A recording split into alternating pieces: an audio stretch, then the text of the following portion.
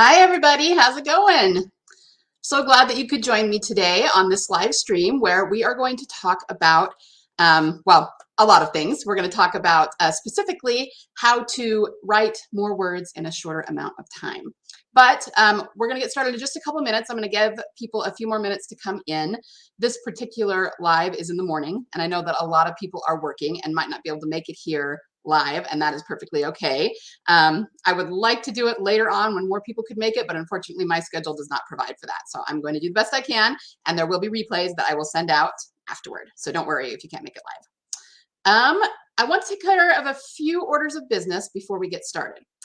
As people shuffle in, let me know if you can hear me. Let me know if everything's working okay. But on that subject, I'm using something called StreamYard, which you can kind of see, oops, other corner, up there, which is kind of an interesting software. It really does jive well with Facebook, but it doesn't allow me necessarily to see your name unless you give it permission to. So you will see probably in the post, there's a place that says, do you want to give Facebook permission to show your name? And I know that freaks some people out, but all it is saying is that you are giving me permission to see your name, and Facebook has to make sure that that's okay. So if you don't want to do that, that's perfectly fine. You don't have to give it permission, but just know that if you ask a question and you haven't given it permission to show your name, then I'm only going to be able to see something that says Facebook user. Okay. So it's just about whether you want me to be able to see your name or not, because I'm not directly on Facebook. I'm on StreamYard. So if you do want me to be able to see your name, just give it StreamYard permission to show your details to me, which is just your name, so that you have a name instead of, random Facebook user. All right. Hi, Sarah. How's it going? Hi, everybody who's coming in. I'm glad to see you.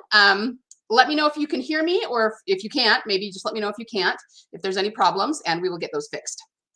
All right. So if you want to give StreamYard permission for me to see your name, let's see, what else do we have? Oh, okay.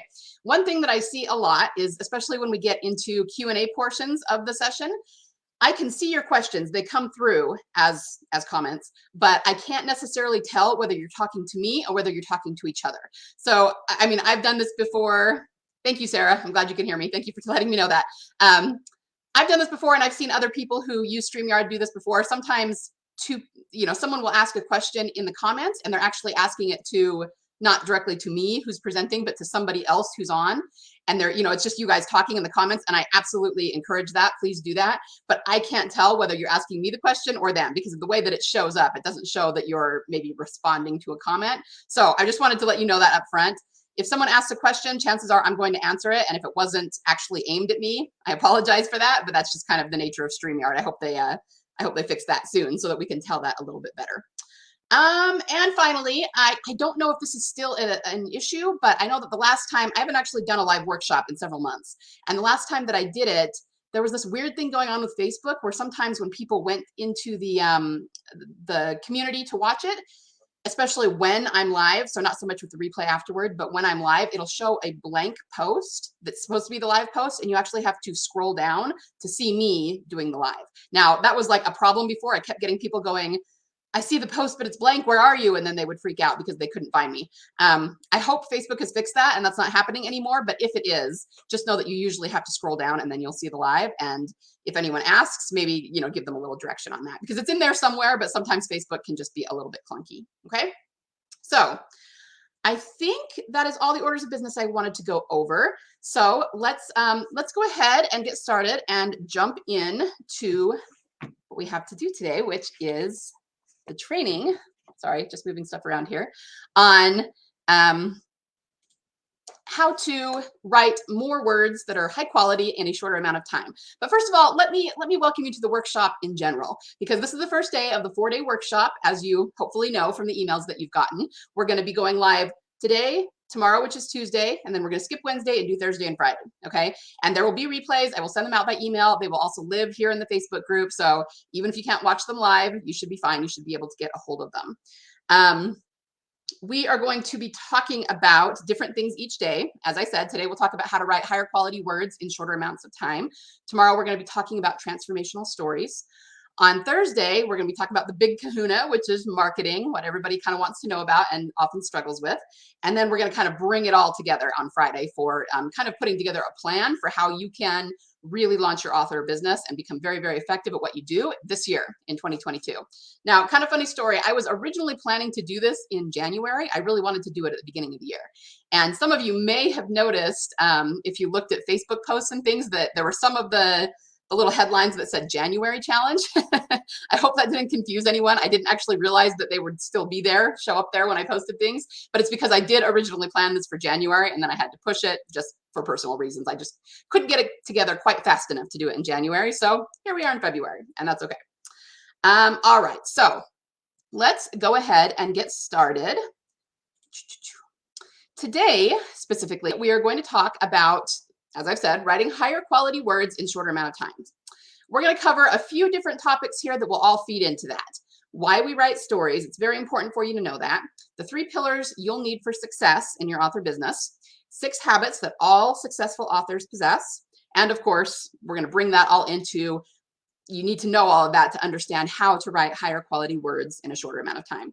Because maybe we should first address, why would you want to do that? Why would you want to write higher quality words in a shorter amount of time? Well, the high quality, that's pretty obvious. We all want high quality words.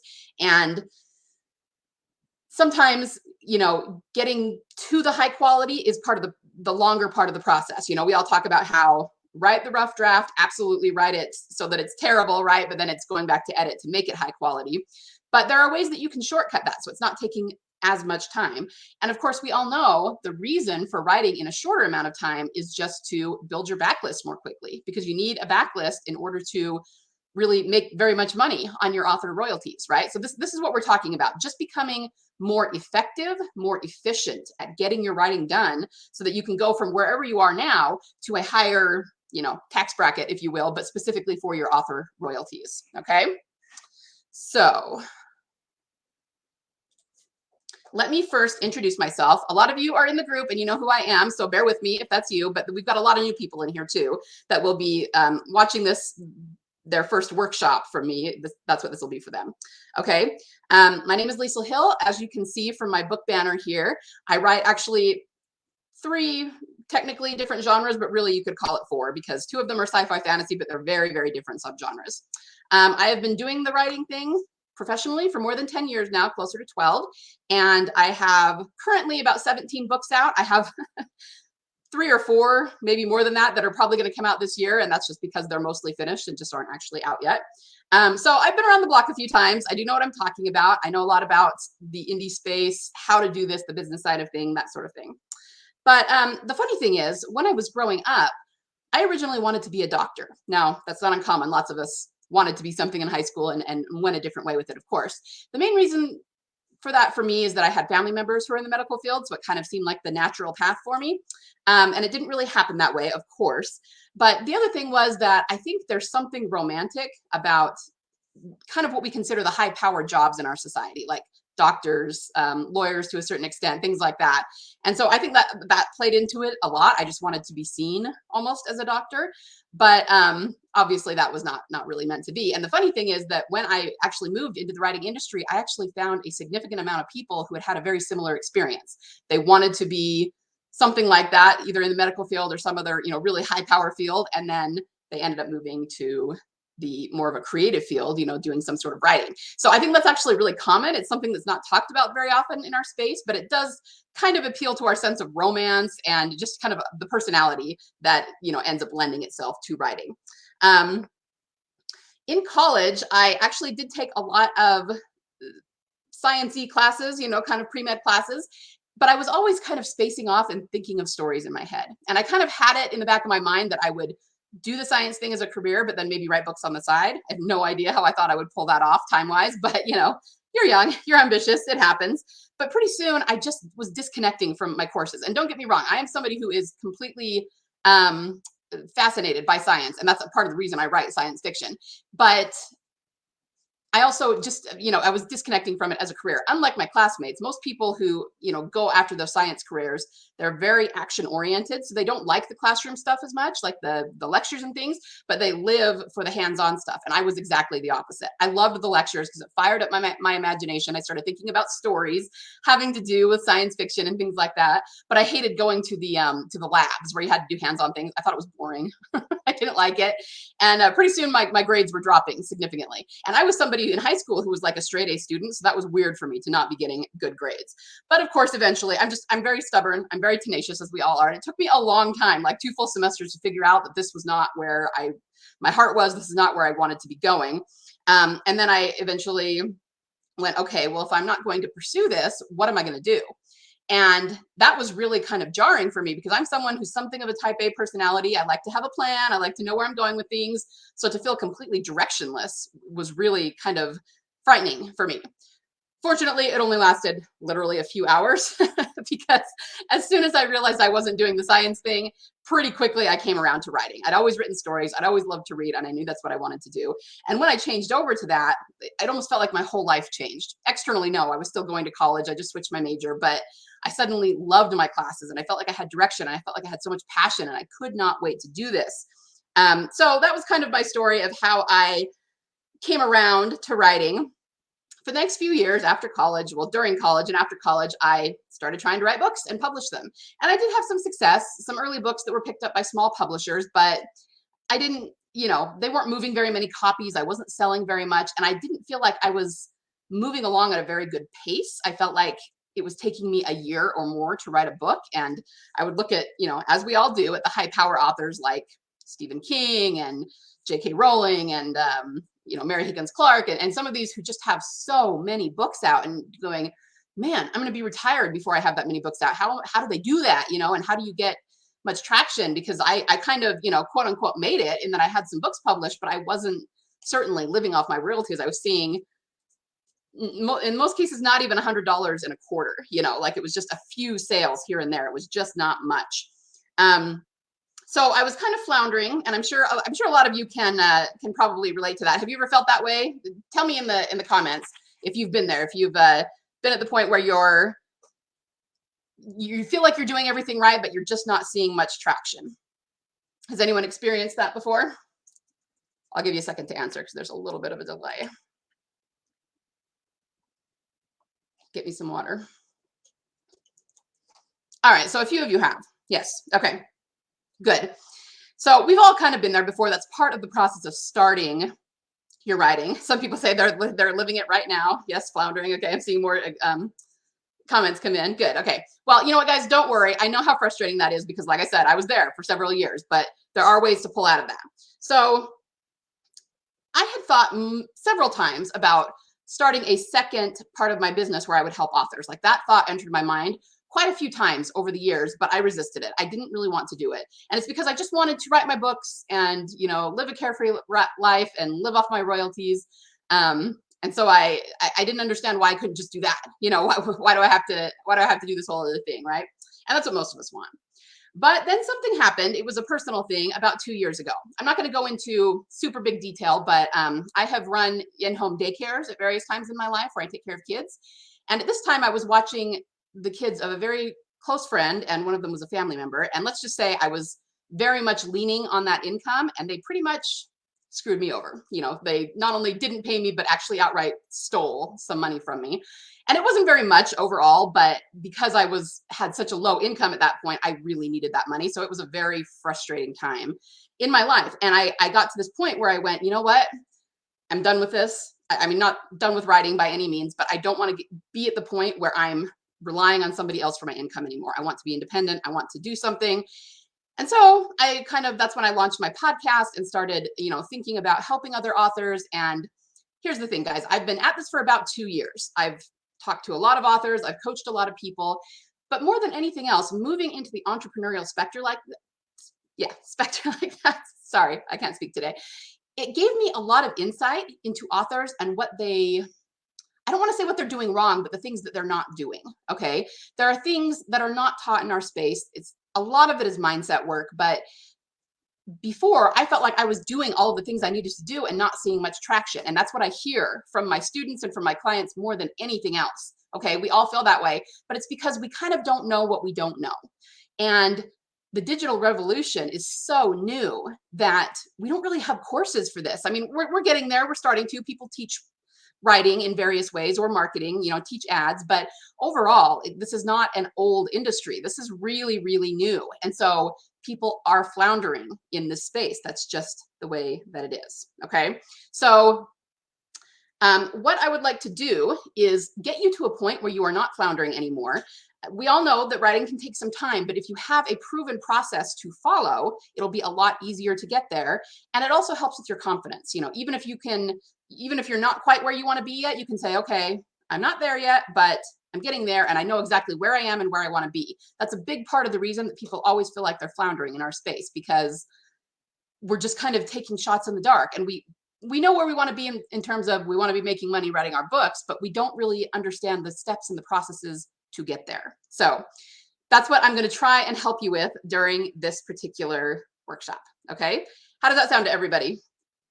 Everybody, what is it? Tell me in the comments what you're most interested in learning about in this workshop.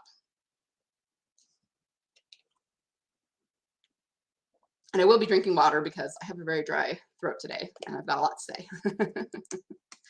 All right, Melissa says, you're speaking my language because I'd rather be self-sufficient even if I'm not leaving my day job. Yes, and keep in mind, a lot of us want to leave our day job. Thank you, Melissa. There's a lot of people who have that dream, and if that's a wonderful dream and I want to get you there if that's what you want, but also if you're not someone who wants to leave your day job and you just want to do this on the side, that's fine too, but you should still have these processes so that you can see success, even if you're just doing it part-time, even if you're just doing it as a hobby, that sort of thing. This stuff is still for you. Let's see, Erica wants to learn about gaining readership. Sarah wants to make sure that what she's writing is grabbing her readers from the start. Good. And I'm glad you said that, Sarah, because that is really going to be the bedrock of your author career. If you're not grabbing your readers and telling a good story, all the odds in the world are not going to help you sell books. Okay. We're going to talk more about the story part of it tomorrow, but just stay tuned for that. I'd love to retire early. Hey, wouldn't we all, Melissa? I agree. I'd love to retire early as well. Okay. So let's keep going then. I want to ask you a question, which you've probably been asked before. Why do you want to write stories? I'm sure that you've thought about it before, and most authors do, but I would submit that most authors don't think about it quite deeply enough. Okay. Most of us, what it really boils down to is that we feel called to write, right? We write stories because we can't not write stories. I'm that way. I'm always writing a story in my head, no matter what. So I might as well write it down and make it a career, right? I'm going to come back to this and talk about it a little bit more. But first, I want you to consider this particular slide. We're going to talk about what people who are happy and fulfilled in their lives have in common. I promise I will tie this into why it's important that you know why you want to write stories. So studies have been done that just kind of try to, survey happy people and figure out what they all have in common, what they all have that other people who aren't so happy don't have. The biggest things is that they want and do feel alive. They feel connected to other people, and they have meaningful pursuits. Okay. So I want you to really think about that. If you feel alive, then you feel pretty happy. If you're feeling depressed, down in the dumps, kind of sluggish, then you're not living your best life, and you're probably not going to go around telling people you're happy, right? Same thing with feeling connected. Nobody wants to feel alone. Nobody wants to feel isolated. People have different personalities, and some are introverted, some are extroverted, some are social, some are not, but we want to feel connected to people in some way. Deep emotional connection, that's part of the DNA of being human. So we need that. And then having meaningful pursuits, having meaningful work to do. Okay, that's super important, and people who have that tend to be a lot happier. Okay, so this is going to go back into when I said, being an entrepreneur, I've learned a lot of things moving into that sector that I didn't realize before, and that a lot of authors don't realize. Okay, this is what I came up with. Whoops. I want to teach people to tell amazing stories that evoke emotion. Here's the thing, guys. We live in a world with very little connection. And I know people always say we're, in a digital way, we're more connected than we've ever been. And that's true. But I'm not talking about digital connection. I'm not talking about connection across the globe. That's wonderful. It's amazing that we can do that. But I'm talking about emotional connection. We are so all consumed by our technology that the emotional connection has kind of gone out the window. Okay. And people are craving emotional connection. Okay. And this is how we're going to give it to them. So I'm going to back up. Let's go back to the previous slide. As authors, you can give your readers the first two on this list. you can help them to feel alive and you can give them connection. And you do that through your stories, okay? When we absorb stories in any way, we are living vicariously through those characters. So we see them taking action. We see them, overcoming obstacles. We see them striving for some specific goal, and then hopefully by the end of the story, obtaining it. That makes us feel alive. And that is why so many people are addicted to books, right? And I mean, the same can be said of TV, Netflix, movies, whatever. But it's story, it's escapism.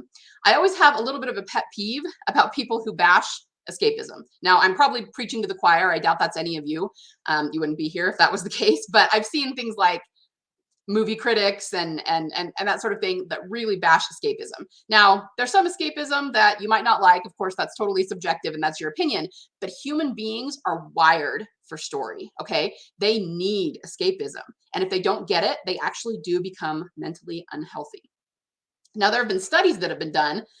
Sorry to go a little sciencey on you, but I was at a writing conference, and this was presented about studies that had been done about the brain and the the empathy center of the brain.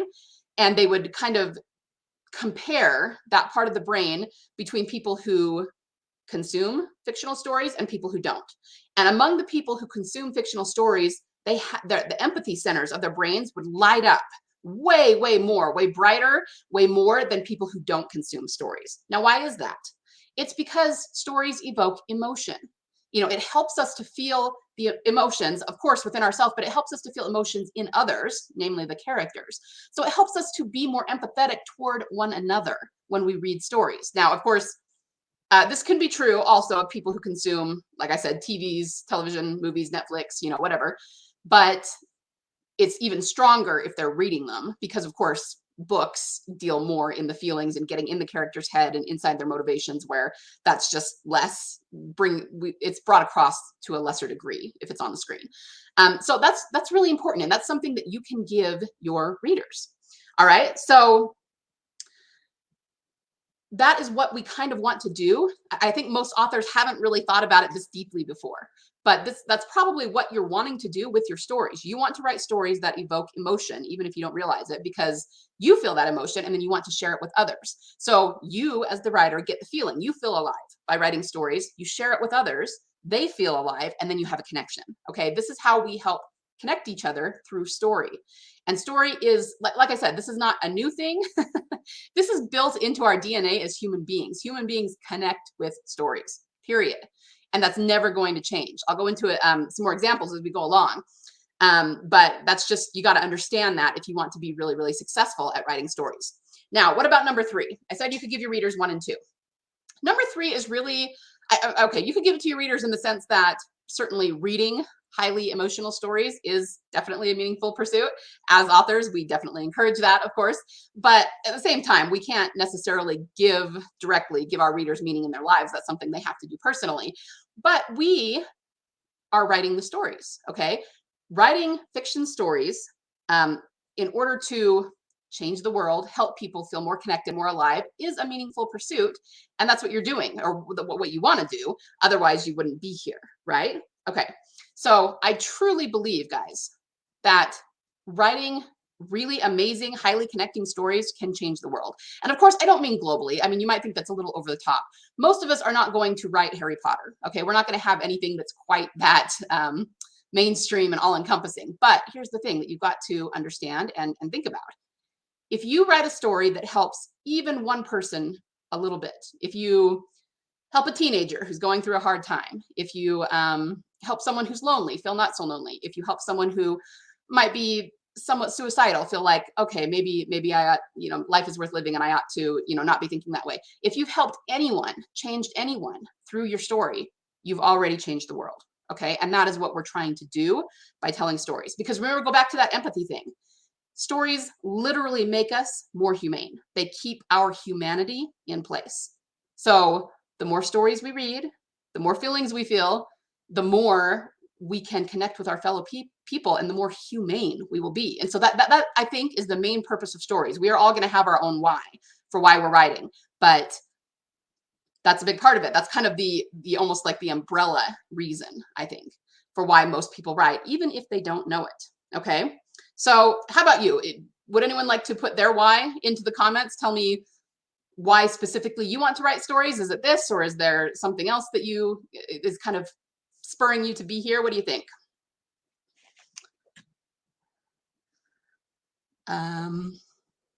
Okay, so Catherine's been writing since she was 8 or 9, and she wants to provide supplement income. Absolutely. Residual income, padding a retirement income, or a retirement fund. Sorry, I read that wrong. A lot of you have been writing since you were kids, and you know what? I have too. I mean, I didn't actually mention that, but yeah, I always wrote stories as a kid, so that's definitely something that a lot of us have in common. And I always hear it one of two ways: either people have been writing since they were little kids, or they came to it late and were really surprised that they decided to do that because they never thought of it as a kid. But either way, it shows that you kind of have the bug to write and to tell stories. Okay. Yes, I agree, Melissa. I love retreating into my own world and to help other people do that as well. The Sensations books have given me over the years. Yes, thank you, Sarah. I agree with that. She says, I love the sensations books have given me over the years, escaping to another world, living vicariously, and wants to help others do that.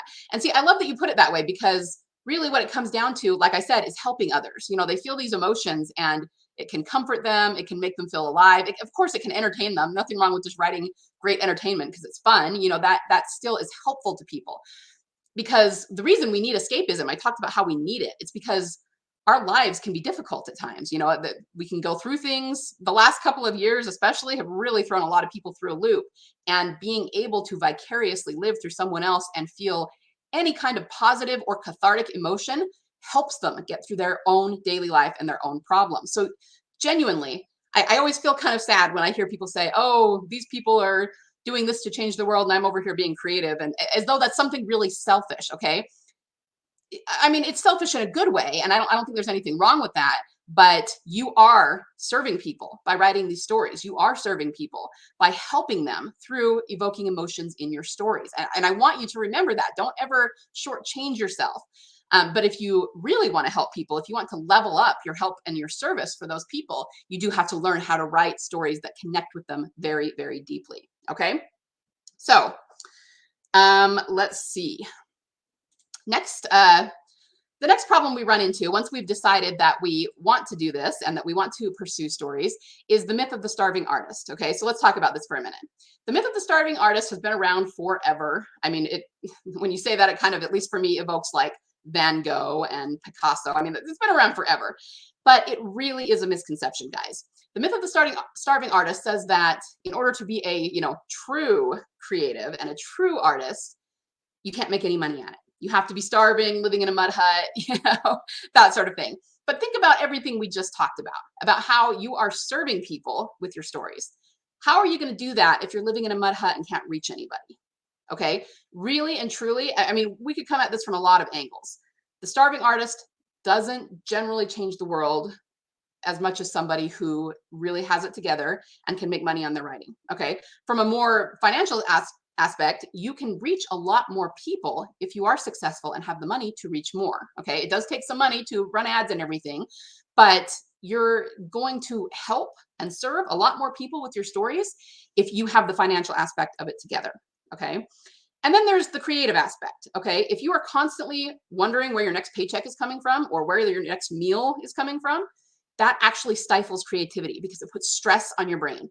Creativity flows from tranquility. It flows from confidence and calmness, and stress is the opposite of that. So if you are stressed out, and if you believe you need to be a stressed out, starving artist in order to be a true writer or a true author, you're never going to have much success, guys. That's just the reality of it. Okay, so I want you to right now resolve to get rid of this idea of the starving artist myth. Okay, it is a myth. It is a total misconception, and it's unfortunate because there's a lot of people who believe it. But if you really want to be successful, you got to let that go. You got to know that the best way for you to be successful, the best way for you to write stories, reach a lot of people, help a lot of people, change the world, is to be a successful writer, not a starving writer. Okay. So if you take nothing else away from this, I want you to get out of that mindset of the starving artist, because it's not going to serve you. It's going to hinder you a lot. Okay. So If you, well, let's see, sorry, I kind of lost my place. If you want to start being more successful, get rid of that starving artist mindset, then the time for complaining and making excuses has passed. I'm going to give you a little bit of tough love here.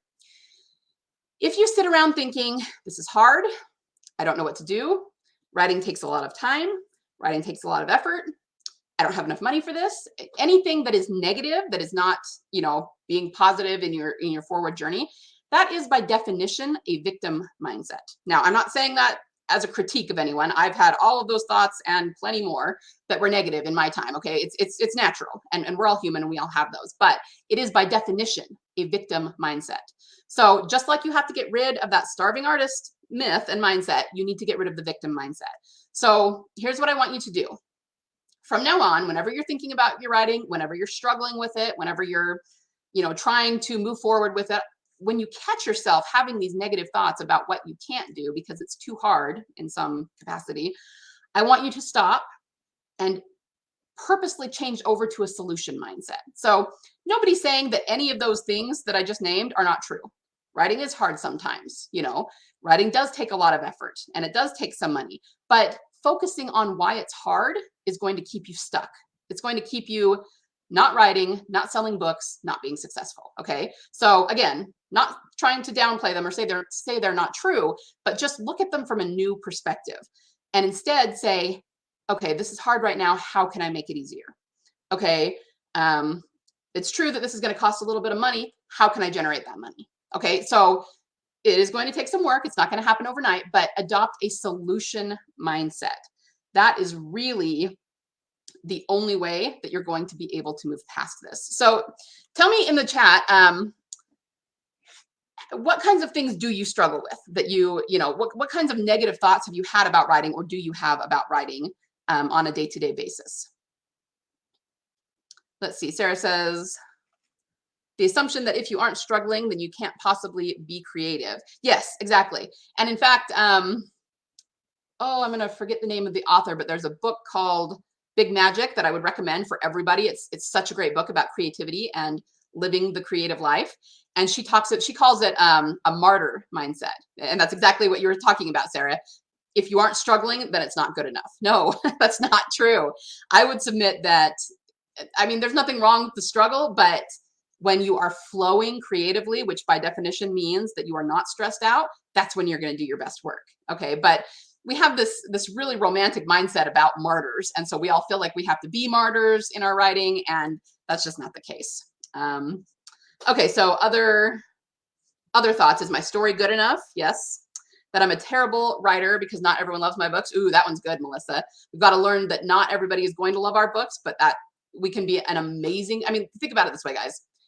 Most people love Harry Potter. Okay. I love Harry Potter. It's a global phenomenon. But there are people who hate Harry Potter. Okay, so no matter what book is your favorite book, even if you're not one who likes Harry Potter, everyone hates something, and everything that is written is hated by someone. That doesn't mean you're not a fantastic writer. Okay. Big Magic by Elizabeth Gilbert. Thank you. Some of you guys knew the author. Thank you. Okay, so Catherine says the excuse of being too tired, not enough time. Is it legit some days? Yes. Yes. Yes. Okay. So I really like that, Catherine. You say that when you're doing a lot of words, you feel like it's falling flat compared to what you imagine. That is very common.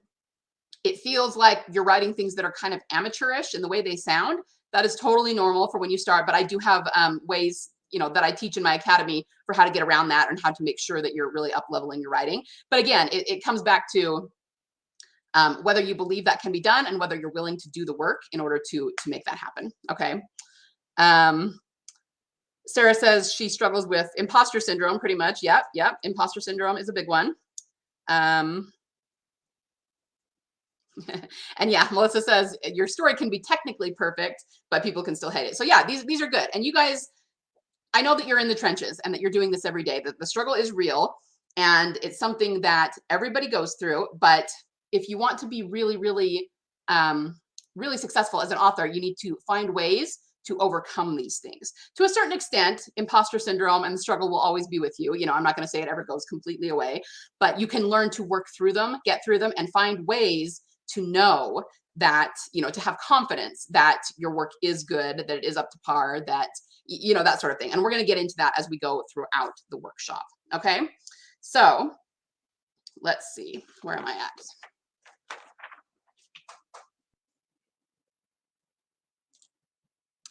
If you want to do this, if you want to be a prolific author, a teller of stories, a changer of lives, as we've talked about, there are really 3 pillars that you need to master. First is the daily writing habit. Now, I know not everybody writes daily. I understand that. There have been times that I write daily and times that I don't. There's different seasons of life. But here's the thing, especially when you're starting out, especially when you're learning and growing as an author, daily writing is pretty much a must.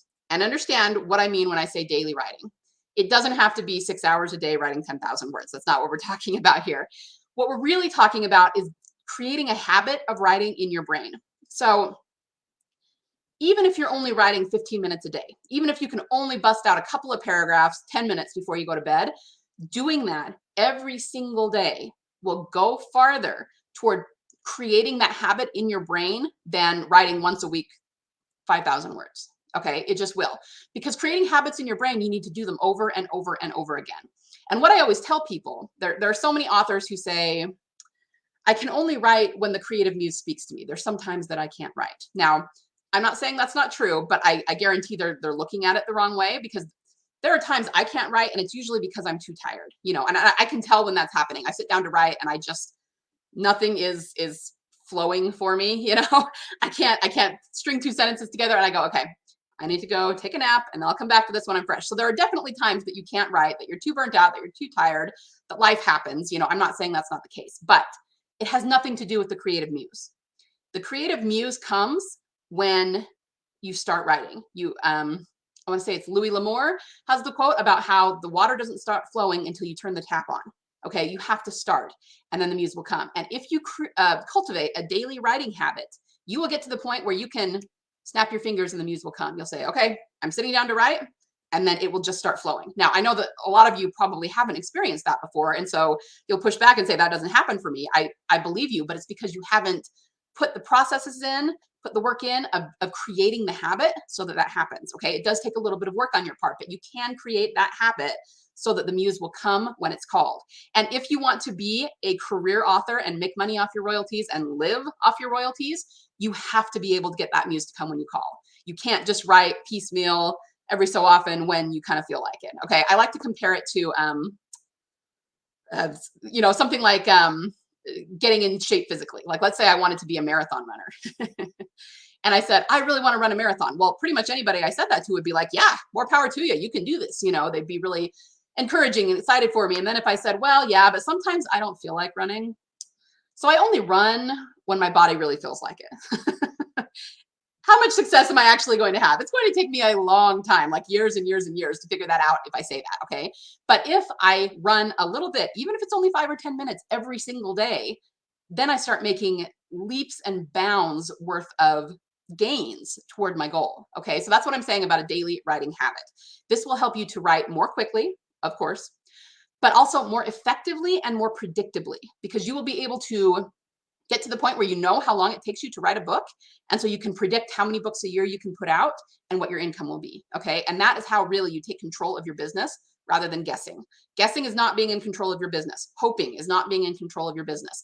You need to have actual data, which is, basically how long it took you to write a book last time. Therefore, it'll take you this long to write a book, and that way you can predict what your business is going to look like. Okay. The next pillar is writing transformational stories. And this is kind of what we were talking about, evoking emotion, connecting with people. You want to connect deeply with, okay, there's a typo there. It's supposed to be readers, not reads. And keep them coming back to your work again and again. Okay, guys, this more than anything else is the bedrock of your author business. Okay. As I said before, if you don't write a high quality story, and by high quality, I'm not even talking about typos. Of course, you want it to be edited so there's no typos, so that there's no passive voice, but you have to be able to connect with your readers in an emotional way. And there are specific proven ways to do that. Okay, that's a lot of what I teach. most readers can't even really articulate that. They'll say, oh, this story was great, or I really like this character, or they really did this well, but they can't, they're not going to say, oh, this person used this template very well to connect with me on it. No, I mean, they're not going to say that. Okay. They don't know what that is, but you as the author need to learn what will connect with readers. And it's not about writing a particular thing. You're going to come up with and write your most creative and original and brilliant story, but it's about positioning that story so that the reader automatically connects with it. And then of course, other little processes and things you can drop in that bring out the emotion, you know, that will help them connect with it. And what you really see when you start doing that is you go from having good or pretty good reviews to, oh my gosh, this book was stellar. You know, where is the next book? I can't wait to read what this author puts out. I mean, that's the biggest place you'll see it is in the reviews, but it will also lead to more sales, more mega fans, super fans, that sort of thing. And of course, the third pillar is marketing naturally and with ease. This is the hard part. There are a lot of people out there that teach how, I don't even want to say how to market, how to do certain things, how to set up an ad for Facebook or Amazon, how to email your list, okay? But they don't teach strategies, not really, okay? Because how to set up an ad is not a strategy. You have to have strategies in place and know how different platforms work, how, you know, what to do when and how much. And a lot of that is what's not being taught, okay? So that's what I try to teach people. Creating an ad and throwing it up there and, you know, different ads, different times, trying it out. It's very much just throwing spaghetti against the wall to see what sticks. Most people do not find success that way. Okay. So the people who say, I tried Amazon ads, they didn't work. I'm not saying they're lying. They probably really didn't work for them. But if they're just trying various things, they're never going to hit on the right combination of strategies that will actually work for them, but also show them what will work for them. Because what works for me in my books, even if you write the same genre, is not going to work for you in your books. You have to have ways to figure out what works for your book. And I can show you how to do that. But again, it's not just throwing spaghetti against the wall. So we want to market naturally and with ease. And the natural part comes from using your writing, your characters, your plot, your world to market. Most people don't do that. We all know that most people, unfortunately, just go on social media and scream, buy my book, buy my book, buy my book, and that's not an effective strategy. But you can use what you already have in your writing to market, and people will love it, okay? One of the things I teach, for example, is email marketing. Now, there's lots of courses and books about how to email your list, you know, introduce yourself, tell them what to expect from you, tell them what you write. Usually there's some sort of lead magnet involved where you give them a free story or a free book. But what about after that? How do you guide them through your backlist? How do you get them excited to read your stories? Okay. You already have everything you need to do that because you've written a story. You've got characters, you've got worlds, you've got hooks, you've got conflicts, and you can use those to really get your readers into your stories and sell books that way, okay? And that's something that I teach you to do. So you're marketing naturally based on what you already have, not just screaming, sell my book, not using kind of the sleazy used car salesman tactics. You know, that's what you want to get away from, okay? So you want to do it naturally and with ease. If marketing is stressful, we all know you're not going to do it, right? So you've got to come up with something that makes you comfortable and that is not going to stress you out and be hard. And of course, that's something we all struggle with. We're all somewhat introverted. Authors mostly are, and we don't want to do the marketing part. But what if I could teach you to do it so that you loved it, not so that you were afraid of it? Okay, there's the difference. Naturally and with ease. Okay. Let's see. So next we are going to talk about the 6 habits that all successful authors have. And I am going to tie this into how to write more high quality words in a short time, but let's kind of explain them a little bit first. So the 6 successful habits, and a lot of these come from Brendan Burchard. He's not talking about authors when he talks about things like this. He's talking about successful people in general. So that's why we're going to kind of go through them, and then I'm going to apply them to you as an author, okay?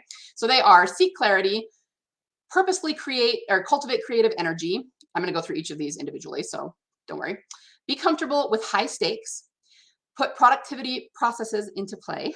Yes, that is an alliteration. That was the first one that I did that was an alliteration, and then I tried to make a few others of them. I was just having fun. This is the nerdy author coming at me. Okay. Influence intentionally. There's another one. And demonstrate courage. All right. So let's talk about these. Seeking clarity. Seeking clarity mostly means when something's not working for you, you need to look at what it is and figure out why, okay? And then try to fix it. So most authors, they'll say, I put up 16 Amazon ads. I couldn't get them to work. Either they wouldn't turn on, they weren't spending, or I'm spending more than I'm making, or you know what I mean? And then they just throw up their hands and say it doesn't work. Okay, that is not getting clarity. Clarity is figuring out the problem, figuring out why it's not working, and then fixing it. Okay, that is clarity. And successful people always seek clarity because you cannot be successful. You cannot move forward if you don't understand what you're doing wrong. Okay, you must seek clarity. Purposely cultivating creative energy. Okay, this can be a lot of things.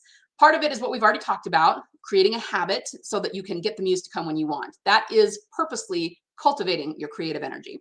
But it can be also other things, external things. It can be your workspace, making sure it's uncluttered, making sure that everything is geared toward writing, getting rid of distractions. You know, we all hear about this in the author space. But there are certain things you can do, like perhaps using a particular scent, like a candle or a diffuser or something, because what will happen is you'll create a habit in your brain where every time you smell that, your brain instantly gets into writing mode. Okay, so let's say I was using orange essential oil, and I use that every time I sat down to write. When you start, you know, smelling that, it will instantly put you into the writing mode. Okay, so I would encourage you to try that. Use the same habits every day. We hear this a lot with actors, that they have certain processes they go through before they actually go on stage or go on camera. And some of them are weird. They might do certain handshakes or do some little dance to get their jitters out, or, you know, make some sort of weird noise, like, you know, because they know they have to say lines and they're trying to, you know, get everything out so that okay, there's nothing wrong with that. That actually helps them to be in the zone. So I would encourage you to do the same thing with your writing. Come up with these sorts of things to purposely cultivate your creative energy. And it does help. You know, it might not make a huge difference the first or second time, but over time, you'll find that it does help you get into the zone. Oh, the other thing we can talk about with this, and I'm not going to go into it too much, is diet and exercise. I'm not a doctor. I'm not a dietitian. I'm not a nutritionist, so I'm not going to preach about this. But I can tell you that what you eat, what you put into your body, and how much you move absolutely affects your clarity of mind.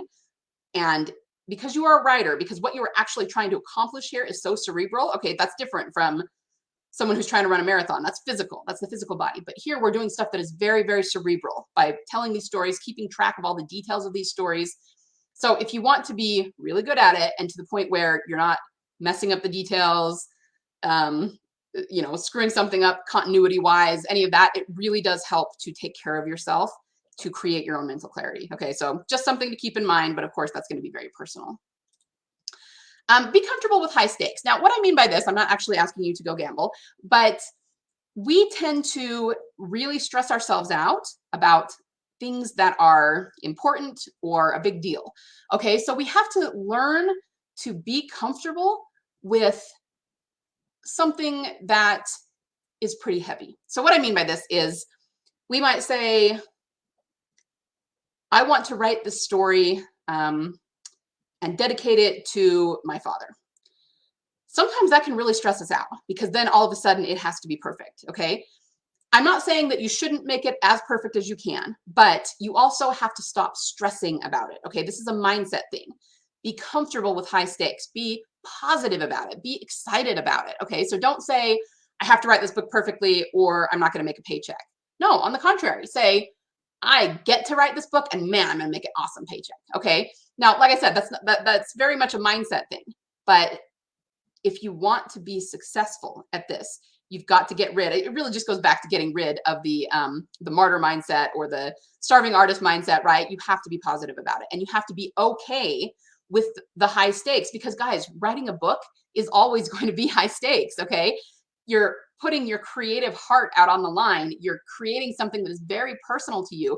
You're going to put it out there for the masses to see on the internet, where we know there are trolls and not so nice people sometimes, and you're hoping to make a buck or two off of it. Okay, those are very high stakes, but you've got to be comfortable with them and allow yourself to be confident and not stressed out, so that your, you know, creativeness can flow.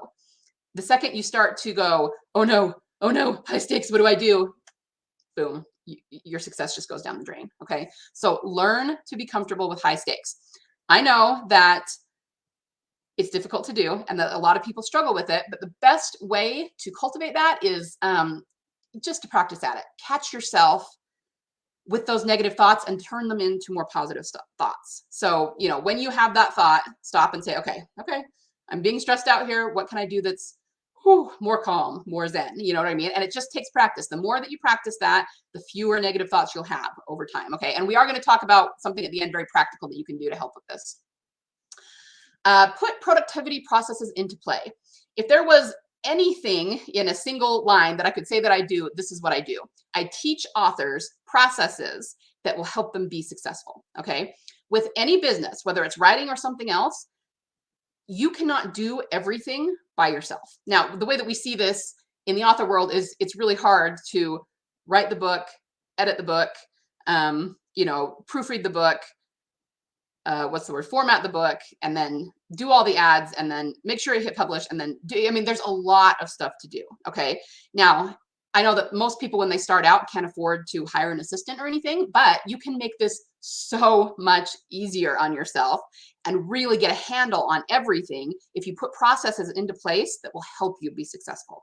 That's what we're going for here. Okay. And successful people always do that. Influence intentionally. We're going to talk about this more in just a minute, but we're not really talking about influencers on social media. That's what we tend to think of these days. Influence equals influencer.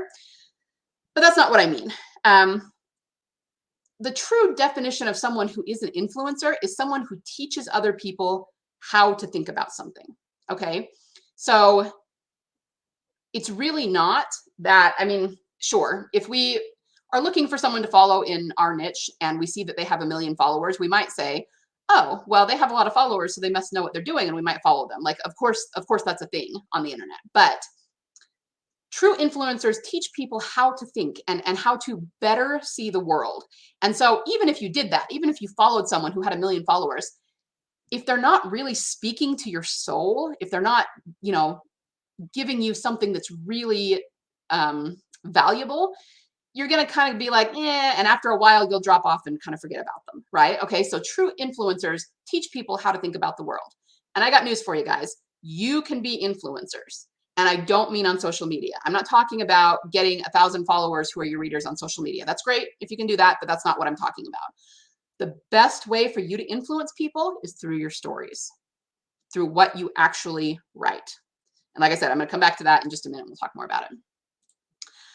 Demonstrate courage. Now, the biggest example of courage in our day is not fighting wars or, you know, going up against a lion with a rock or anything like that. It's simply taking action. Most people in the face of uncertainty become paralyzed and they don't want to take action because they don't know what to do. True courage in our world in 2022 is taking action in the face of uncertainty. Okay. If you really want to be successful as an author, you've got to kick indecision and writer's block to the curb, and you've got to take action. Okay. Again, we'll go more into that in just a minute. Let's see. So here is something that I want you to understand. You absolutely can write prolifically. In your lifetime now, you can do this quickly and efficiently and with a lot of confidence. See, the problem is that most authors believe that the pace at which they're going right now, the pace at which they're writing and putting out books, is as fast as they'll ever go, that it's not possible for them to go faster. I hear this so much. Well, that's great for you, but that doesn't work for me. Now, I'm not at all trying to downplay that because I believe them when they say that, but they're also really limiting themselves by making that assumption. Okay. And I do understand this because I used to be the same way. During those years when I was struggling, only writing maybe 1 book a year. I mean, there were times that I decided to take a semester off college to get a book written, and it didn't happen. A semester later, I still only had half a chapter. You know, we've all been there. So I do understand why people say this, but I got news for you. Every super successful author out there, Stephen King, J.K. Rowling, Stephanie Meyer, whoever your favorite author is, or whoever you consider really, really financially successful, okay, they all thought the same thing at some point. But at some point, they also put that aside and decided to be open-minded and figure it out. Put processes in place, do the work, and guess what? They achieved success. Okay. If you keep believing that you cannot write, faster or more effectively than you are right now, then you never will. Your thoughts will determine your reality. Okay. So what you need to do, what I'm asking you to do, is to shift your mindset a little bit. Be open-minded enough to know that you can learn processes, even if you don't know what they are right now, that will help you get there. Okay. Don't be stubbornly stuck in what you're already doing, unless what you're already doing is working. I mean, if you're making tons of money, living on your royalties, publishing at the pace you want to and all of that, then hey, keep doing that. Don't fix it if it's not broke. But if you want to be somewhere and you're not there yet, then be open-minded about the fact that there are processes that can get you there. You just have to be willing to put in the work to learn them. Okay. Now, a lot of people are going to push back against that. They're going to say things like, yeah, but the writing process is very personal. It's very individual, and what works for some will not work for all. And that's true. And actually, with the things that I teach in my academy, I encourage people to tailor them to their own writing process. That's something you have to do, because you're right, it is individual. But I just want you to ask yourself, is it more important to focus on being right with the process you already have, or to focus on why it's not going to work for you? Or is it more important to focus on, go back to that solution mindset, focus on what can get it to work for you? Okay, what do I need to do to make this happen? Which one of those do you think is more important? Totally up to you guys.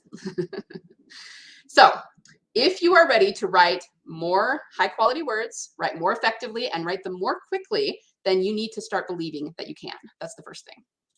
And then the next thing that people always say is, yeah, but won't that be really hard? I mean, people are envisioning that if they're going to write quickly, if they're going to get several books out a year or more, that it's going to be so much work. And I just know that they're envisioning sitting at their computer 18 hours a day, tearing their hair out trying to get this done. Okay. Again, I understand, because I used to think that too, but that is not the case. That is not the case. Most people know, and I'm sure you guys have experienced this too, that you can only write so long before your brain kind of gets fried, right? We all know that. And that's true of really successful writers as well. I can tell you that Stephen King does not sit at his computer 18 hours a day, and he still has well over 100 novels. And for having 100 novels, guys, he's not that old. He hasn't been around for like 200 years or anything, right? Okay, so despite what some of his books might say.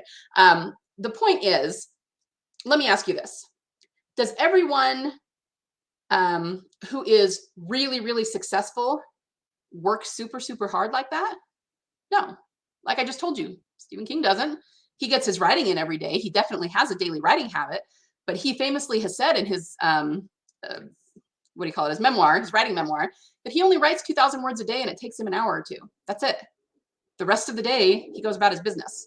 Okay. And on the flip side, let me ask you this. Maybe this is an even more relevant question. Does hard work always mean that you will be successful? No. There are so many people who work their butts off, and we're talking 12, 18-hour days, and they're not successful. Not by what, most people's definition of success would be. Okay. And I would submit that you are probably already working really hard. You're already trying to get your writing, and most of us have jobs and spouses and children and a million things to do. We do work hard. And if you don't have that success yet, well, maybe working harder isn't really the answer you're looking for. So what is the answer? Putting these processes into place that I'm talking about help you work smarter, not harder. It helps you get more done in a smaller amount of time. So once again, we have authors that say, yeah, but the season of life I'm in right now, I can only write 2 hours a day. And because I only write, this fast, it's going to take me forever to get a book done. And I don't know how to increase that because I can't put more time toward it. Okay, yeah, totally. That's okay. That's okay. The processes will teach you to be more productive in that time, so that instead of writing 500 words in that time, you can write 1,000 or more. Okay. It will also teach you how to use that time. I mean, if you're constantly guessing about what you're doing in both the writing and like in the marketing department, then you spend most of your time researching and trying to figure out what you're going to do rather than actually doing it. Okay. So if you have these processes that will streamline everything and tell you exactly step by step what to do, then you automatically become more productive without putting in longer hours or more work. That's what we're going for here. Okay. So next question. Do you want to keep doing what you've always done and guessing and possibly wasting time? Or would you rather learn these processes that will shortcut you to success? I don't know. You guys tell me. Which one would you rather do? I need some water.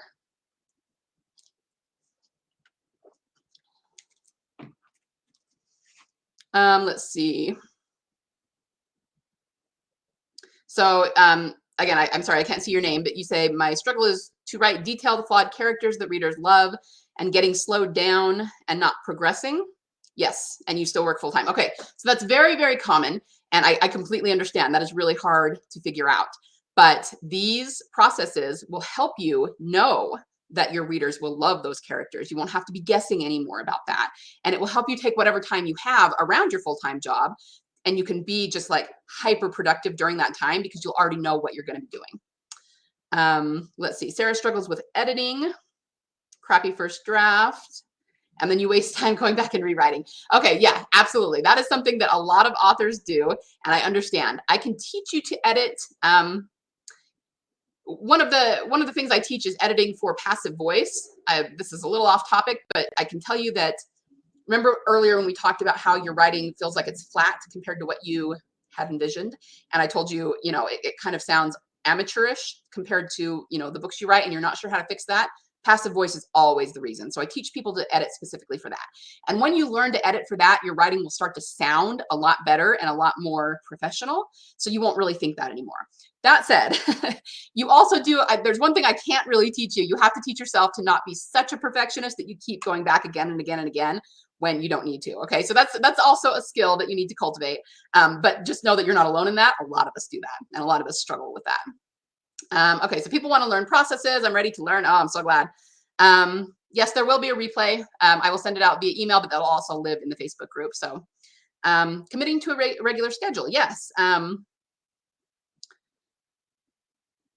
Okay, so yeah, definitely. And that is another thing I teach. I've got something inside the Academy called the 75-day writing challenge that will teach you how to schedule your time. And it's okay if it's different times on different days and things like that. But yeah, that is definitely a big one. You need to block out time to write, and it needs to be the priority during that time. If you just say, oh, I'll probably write tomorrow, but I got to get this other stuff done first, guys, let's face it, you're not going to get it done. Okay, so that is definitely something that you need to commit to. And I hear you on that. Okay, so we are going to go back to those 6 habits that I talked about and talk about really what they look like for authors, right? So seeking clarity, figuring out what's not working and fixing it. So the first way you need to do this is through your writing. We've been talking about this whole time, and you guys are putting these in the chat, and I love that. Okay, you're having a hard time with scheduling. You're having a hard time getting enough words down. You're having a hard time not meandering when you're writing and actually, focusing on getting the writing done. All of these things, you need to sit back, figure out what the problem is. So let's use an example. If you're meandering and you're not sure why, or if we said you were not sure that your readers would love your characters, well, then you need to learn to flesh out that character in a way that it will connect with readers. Okay, that's something that you need to figure out, and then you won't have that problem when you're writing. If you're having a hard time scheduling because you haven't committed to the time, you need to get out a calendar, sit down, look at your schedule, and figure out when during the week, and it can be different times on different days, that you have time to write. Block it out and commit to that. Now, every so often something's going to come up and it's going to change, and that's fine. Life happens. We all know that. But if you will do that, that will make the intention of it, doing that purposefully and committing to it. And, by all means, tell other people. If you have kids or a spouse that comes in, tell them, this is what I'm writing. I need not to be disturbed unless, there's something bad enough to call the police or go to the hospital or something. That will help a lot. There's still going to be little bugs and things that need to be worked out, but it will help you a lot. Okay, so it's figuring out what's not working, why it's not working, and ways to fix it. Have a solution mindset.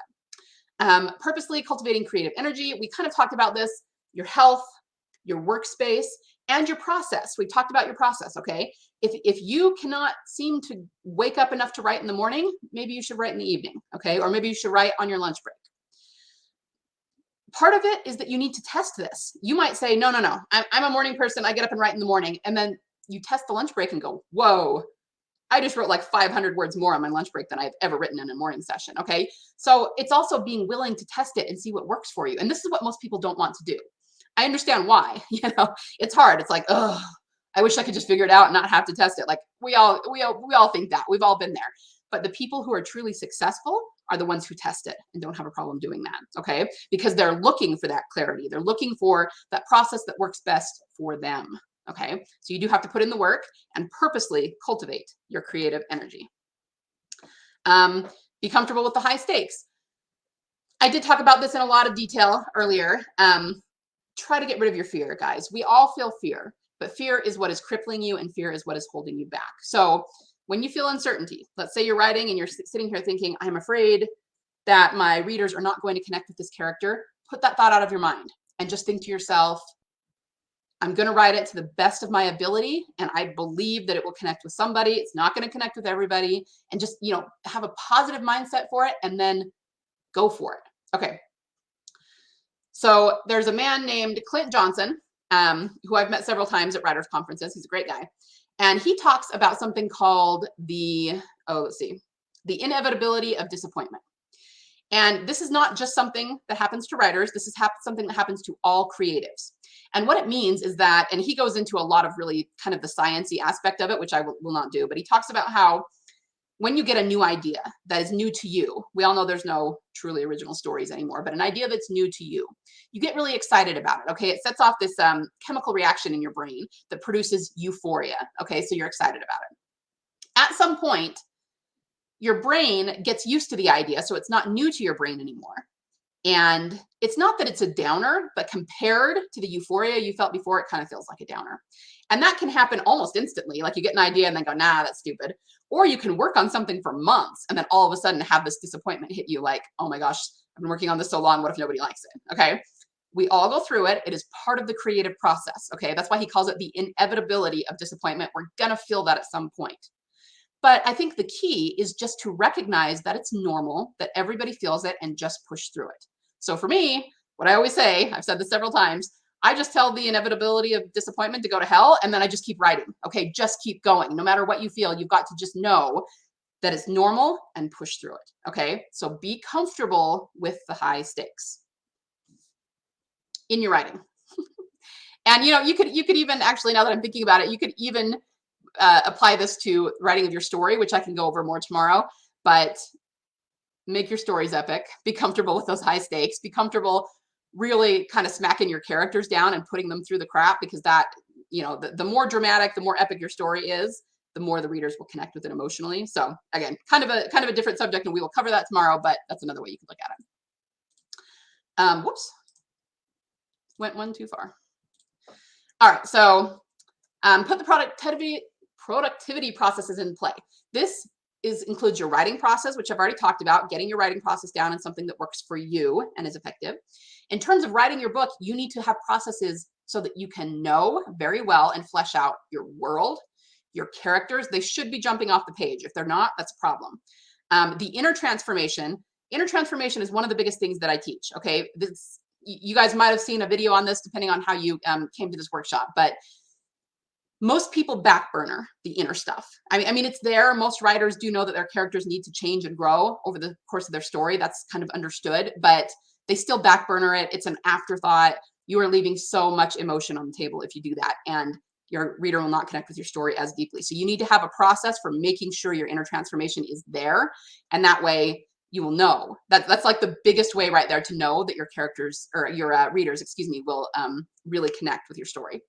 Of course, there's kicking out the plot. The nuances, this is just something I teach. Once you have all these other things, really handled, then you can do the nuances, which are details, which are theme, repetition, foreshadow, symbolism, all of that. And those really elevate your story. Most authors don't even think about that when they're writing a story. But if you have processes to put it in place so that you're not forgetting it, or it's not hard, you're just going through and making sure that it's there, then it becomes really easy, and that's really going to elevate that. Probably more than anything else is what's going to get you your super fans. Okay. And then of course, marketing. You need processes and strategies, as I talked about before, for marketing. So that is what it looks like to put processes into play for a successful author. You need processes for all of these things. And it's a lot. It is. I mean, we all know this. Writing a book is a big process. Okay. It's not something you're going to do in a day. It's not something you're just going to go, I'll just sit down and do that. I mean, Do you know how many people in the world, probably 3/4 of them, 3/4 of adults, say they want to write a book, and the vast majority of them never do it because it's too much work. It's too hard. It's too much of a mental effort, right? We have done it or are doing it because we feel called to write stories. But if we want to do it in the long term and be very prolific, we need to get some of these processes in place. Influence intentionally. Okay, so I said I would talk about this more. I told you at the beginning that writing fictional stories can change the world because it evokes emotion and it creates connections between people and it enhances our humanity. It keeps us humane. People without story tend to be cold. They tend to be distant. They tend to not have any sympathy or empathy. Okay, so I have no idea if this is true, but I would submit that maybe true sociopaths never read an awesome story. I mean, maybe that's the whole problem. But the thing is, I think it's probably the other way. They don't want to because they don't have empathy, so they don't understand fiction, right?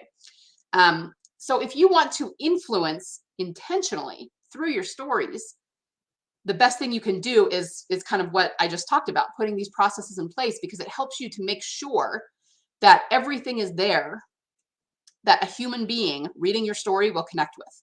Okay, so again, it's not about telling you what to write in your story or how to write your story. That's a big pushback people give is, I want to write what I want to write. Don't tell me what to write, that sort of thing. But that's not really what we're talking about here. You're going to come up with your story. It's going to be wonderful. It's going to be brilliant. It's going to be your genius. But you can take whatever story that is, whatever genre you write, and position it so that you know the reader will connect with it. And that is how you intentionally influence them. And that is what's going to lead to you being a social media influencer, a high-selling author, having lots of mega fans, all of that. So you have to intentionally influence, and there are ways to do that. And of course, you have to demonstrate courage, which is kicking writer's block and indecision to the curb. I literally have trainings on writer's block and on blowing past indecision. Now, I think we're all pretty familiar with writer's block. I do not believe in the classic definition of writer's block. Of course, we can all get blocked sometimes and need to figure something out in our story. But I've told this story many times. When I was a little kid in grade school, they showed us a video. It would have been in the probably early 90s. I don't know who the author was. I have no idea. He was probably a children's book author. And they did this whole segment on writer's block and how sometimes he doesn't write for months and months at a time. Guys, there's just no excuse for that, okay?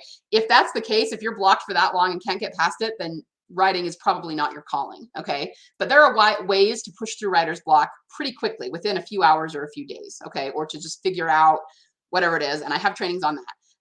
In terms of indecision, this comes, in a lot of ways, it's almost the opposite of writer's block, but it's when you actually have a lot of different ideas for where you want to go and you're not sure which one to pick. And all I usually say, and you learn more about the details of this in the academy, is that you have to pick one and get started. If it's not the right one, you'll know it really quickly, and then maybe you'll have to switch to a different one. If it is the right one, as you start writing, it'll get better and better and better, and you'll know pretty quickly that you picked the right one, okay? But you have to start. You can't let it paralyze you. You have to get started, okay? So demonstrating courage sometimes is as simple as picking an ending, even if you're not sure about it, and writing toward that ending, because you will figure it out as you go, okay? Don't let it paralyze you. If you want to be successful, you have to demonstrate courage, which means taking action, okay? So what are the actual processes for writing more effectively? I'm sure that is what you are wondering next. The first is daily writing, which we've talked about. I have a 75-day writing challenge, and it's really, though, it's not even so much about what you write. It's not about writing in and of itself. It's about developing mental toughness, okay, so that you're writing all the time so that you can bring that muse to your fingertips anytime you want it, okay? So you don't even have to be writing your story when you do this. I say, sit down and write a journal entry, write about an experience you had, but, maybe write it in the third person or however it is you write your stories, and write it as if you're writing it in fiction. Or, get online. If you get on Pinterest, there are literally millions of writing prompts. Do a writing prompt, write for 10 or 15 minutes, just get the writing habit down. That's going to help you a lot. Okay, journaling. This is something that gets a lot of pushback, but every single client I've had who's done it has seen tremendous success. I'm pretty sure Robert is not here with us live today because he lives in Australia, but he was one recently who told me this, okay? And this is true of everything, not just writing. Anything that you want to do, journaling produces self-awareness. So what I mean is you sit down after you're done writing, you take a journal, like it could be a notebook and a pen, whatever you want. You can type it out in Word, whatever works for you. And think about what your struggles were, what you had trouble with. Be really detailed. I wrote for 10 minutes and then I started to struggle. I was having a hard time getting the words to come. Okay, so that tells you that 10 minutes in, you're having trouble. Is it just that you're not used to writing more than 10 minutes? Or is it more the subject matter? You hit something that wasn't well fleshed out and so you didn't know where to go with it. Depending on what the answer is, excuse me, that's going to tell you a lot about where you are in your writing process. Okay, so you're just journaling for self-awareness. Figure out what the problem is, include specific details about what you were struggling with, and of course about what you did well with.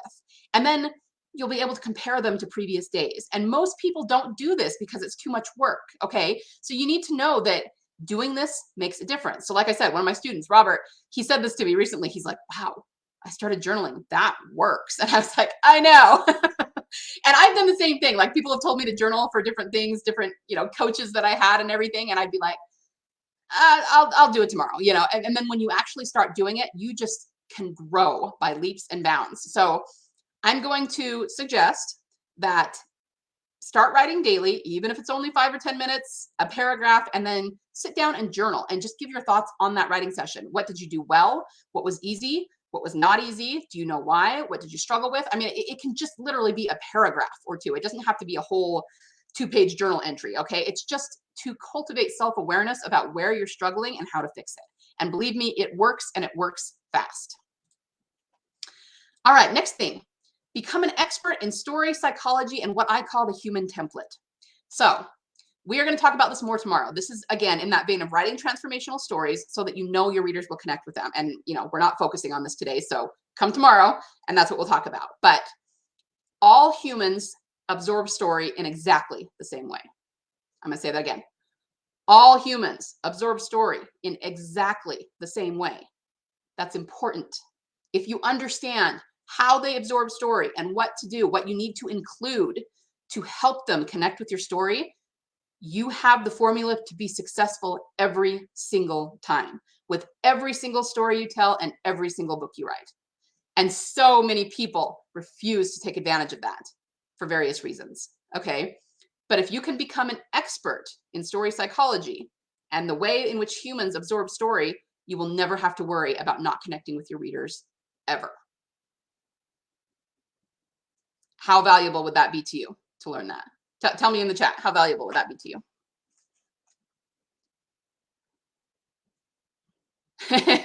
Sarah pushes back against journaling because you hate it. I understand. I do. Try to find a way that you don't hate it and just keep it short so that you're not torturing yourself, but it will help if you do it. I promise you, Sarah. Okay. Gold. Good.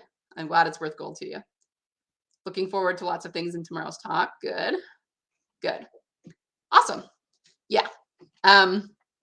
Yeah. I mean, this is story psychology and the telling of stories and how to put them together, and these templates, priceless. Great. That's like my favorite thing to talk about and to really geek out about. So I could go on and on and on about this, but I won't. We're already running kind of long here, so I will keep going. The next thing is planning and habits. Okay. Here's the thing.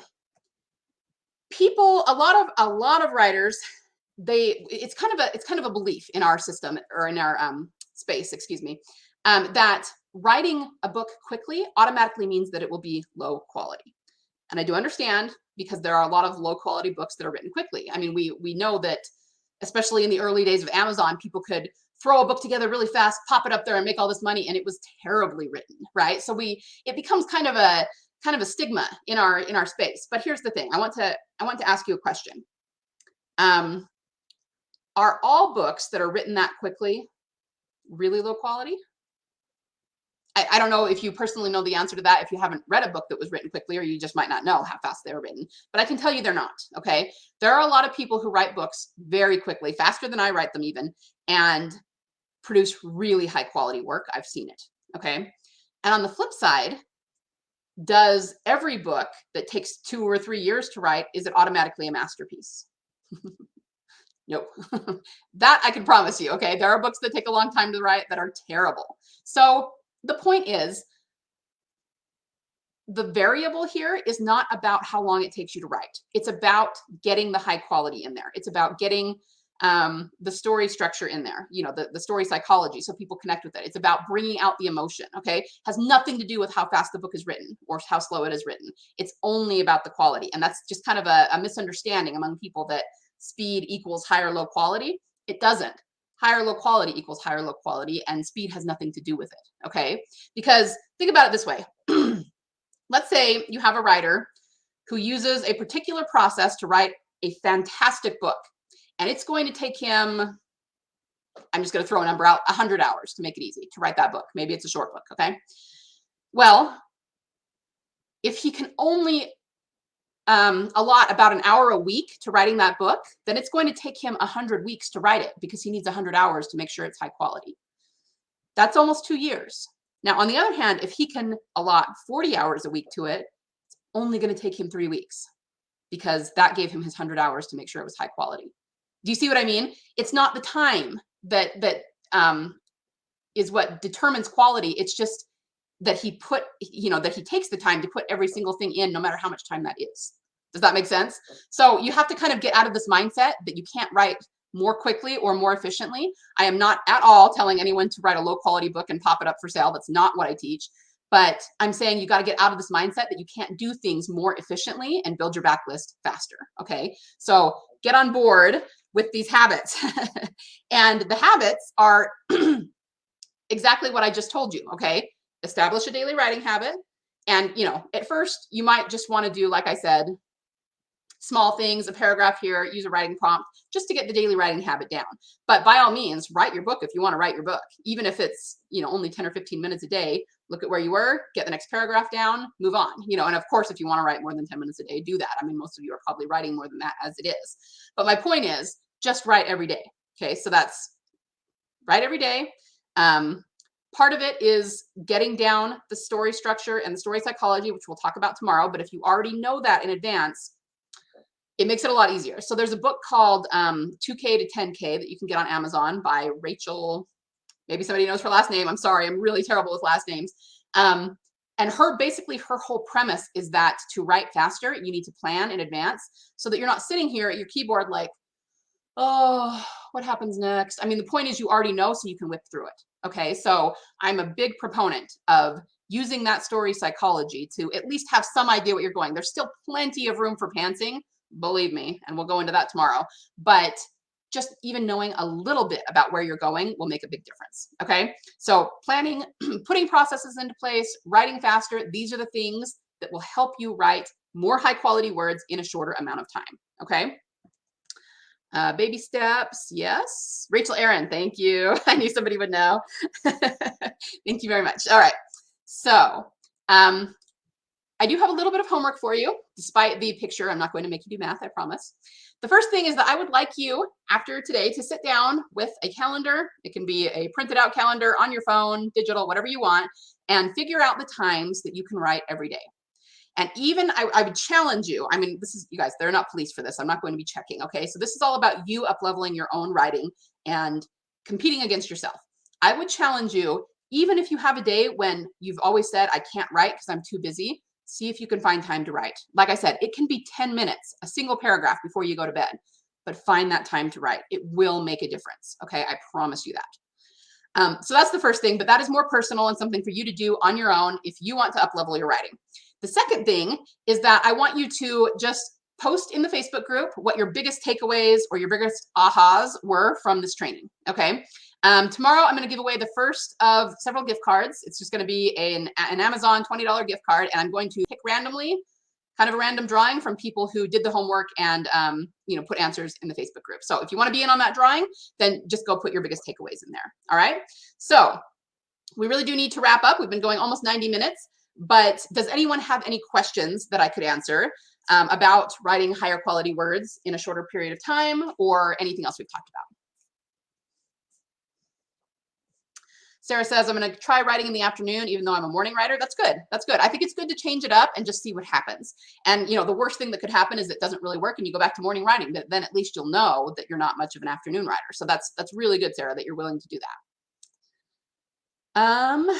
Anybody else? Grab some water here.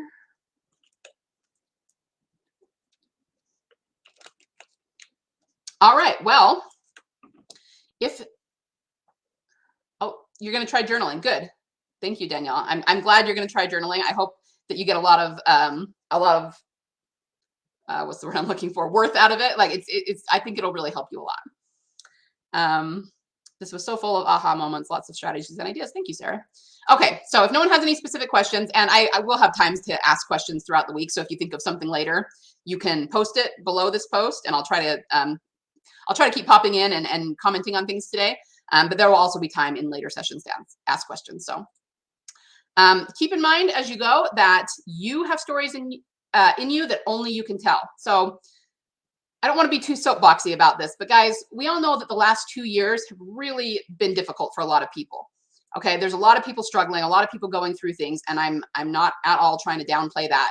But this is actually a really amazing time to be alive because there's so much craziness going on in the world. Okay, and you could say that about lots of other historical eras. You could have said that, you know, the people who lived through World War I or World War II said the same thing.